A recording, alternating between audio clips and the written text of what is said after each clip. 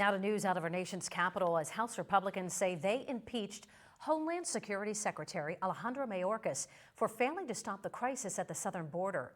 Democrats argue Republicans had a chance to address the issue as part of an international security package. Well, the Senate recently passed a bill without those border provisions, but the future looks grim in the House. Our Washington, D.C. correspondent, Brendan Scanlon, explains.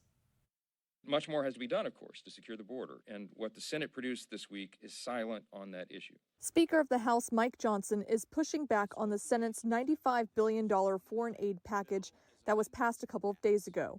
The supplemental aid provides support for Israel, Ukraine, and Taiwan, but leaves out changes to our border security policies. We are not going to be forced into action by the Senate, who, in the latest product they sent us over, does not have one word in the bill about America's border. An earlier version of this bill included changes to U.S. border security, but those provisions were taken out after Republicans announced their opposition to the proposal.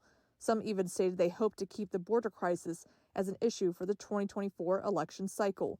Johnson says the bill that included the border provisions was dead on arrival in the House. Because it did not meet the moment. It would not have solved the problem. You can't leave giant loopholes and codify some of the things that have gotten us into this situation. Give us a vote. It's that simple. House Democrats claim if this bill goes to the floor, it has enough support to pass. There is a bipartisan path forward. The Senate has just given us that. All we're asking for is a vote. And by the way, over 300 members would vote for a package like that.